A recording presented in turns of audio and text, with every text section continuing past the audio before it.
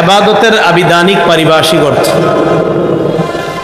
একটা কিতাব আছে নাম আল উবুদিয়্যাহ। আল উবুদিয়্যাহ এটা হলো আরবি, এটার বাংলা হলো দাসত্ব।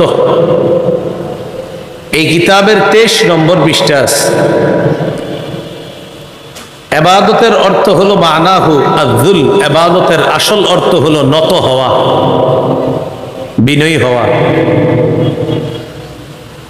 আল ইবাদা ফিল ইসলাম একটা কিতাব আছে, ওই কিতাবের 28 নম্বর পৃষ্ঠা আছে। কুল্লু খুদুইন লাইসা ফাওকাহু খুদু', প্রত্যেক এমন বিনয় যেই বিনয়ের পরে আর বিনয়ী হওয়া যায় না, এটাকে ইবাদত বলে। এই কিতাবেরই 30 নম্বর পৃষ্ঠা আছে। আল ইবাদাতু হিয়া তাআতু মা গায়াতিল খুদু', চূড়ান্ত বিনয়ের সাথে আল্লাহর আনুগত্য করাকে ইবাদত বলে।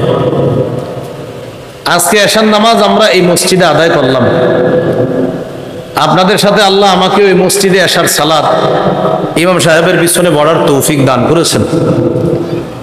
এই মসজিদে আজকে যারা এশার নামাজ আমরা আদায় করলাম, আমাদের মধ্যে এশার নামাজে আল্লাহর কাছে যার বিনয়, যার ছোট হওয়া, এই গোলামি করার সময় যে আল্লাহর কাছে সবচেয়ে বেশি ছোট হয়েছে, ওই ব্যক্তির এশার সালাত আল্লাহর কাছে তত বেশি কবুল হয়েছে। তাহলে ইবাদতের আবিধানিক অর্থ কি শিখলাম? চূড়ান্ত বিনয়ের সাথে আল্লাহর আনুগত্য করা। আজকে থেকে যত ইবাদত করব, প্রতিটি ইবাদতে আমি নিজেকে পরীক্ষা করব আমি আল্লাহর সামনে কতটা ছোট হতে পেরেছি। এই জন্য আল্লাহর সামনে ইবাদত তথা গোলামি করার সময় সবচেয়ে ছোট হয়ে যাওয়া, এটা হলো ইবাদতের মূল অর্থ, আবিধানিক অর্থ।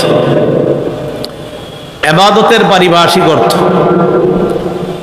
আল ইবাদাতু হিয়া ইসমুন জামিউন লিকুল্লি মা ইউহিব্বুহুল্লাহু ওয়া ইয়ারদাহু মিনাল আকওয়ালি ওয়াল আ'মালিজ যাহিরা ওয়াল বাতিনা। এটা আমি সহজে বলি যেন আপনাদের মনে থাকে।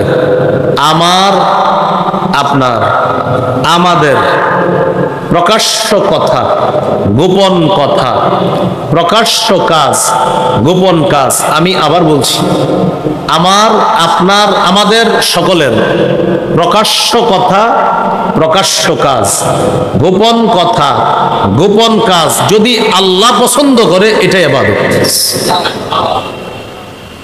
তাহলে সহজে শিখে ফেললাম। আজকে থেকে আমি যত কথা আস্তে বলবো, যত কথা জোরে বলবো, যত কাজ আমি গোপনে করব, যত কাজ আমি প্রকাশ্যে করব, আমি চিন্তা করব আমার রব যেন আমার গোপন কথা কাজ, আমার রব যেন আমার প্রকাশ্য কথা কাজ পছন্দ করে। রব যদি আমার প্রকাশ্য গোপন সব পছন্দ করে, আমার প্রতিটি গোপন প্রকাশ্য কথা কাজ ইবাদতের অন্তর্ভুক্ত হয়ে যাবে। যেমন আমি আপনাদের সামনে এই মুহূর্তে কথা বলতেছি, এটা কি গোপনে বলতেছি না প্রকাশ্যে?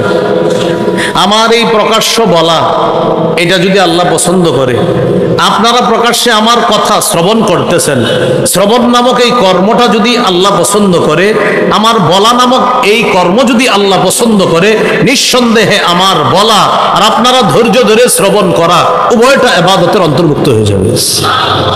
মনে থাকবে না ইনশাআল্লাহ? তাহলে দুইটা জিনিস শিখলাম, এটা আবিধানিক, পারিভাষিক। আবিধানিক মানে আল্লাহর কাছে যত ছোট হওয়া যায়, এটা ইবাদত। আর পারিভাষিক অর্থ হলো প্রকাশ্য কথা, প্রকাশ্য কাজ, গোপন কথা, গোপন কাজ যদি কে পছন্দ করে, আল্লাহ, এটাই ইবাদত। আল্লাহ আমাদেরকে ইবাদতের অর্থ বুঝে আজকে থেকে আমার, আপনার, আমাদের প্রতিটি কথা কর্ম যেন রব ইবাদতের অন্তর্ভুক্ত করে নেয়, আল্লাহ এমন ভাবে চলার তৌফিক দান করেন।